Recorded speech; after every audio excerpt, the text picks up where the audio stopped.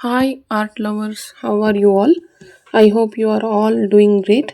Today I am going to do simple, cute little tiger here.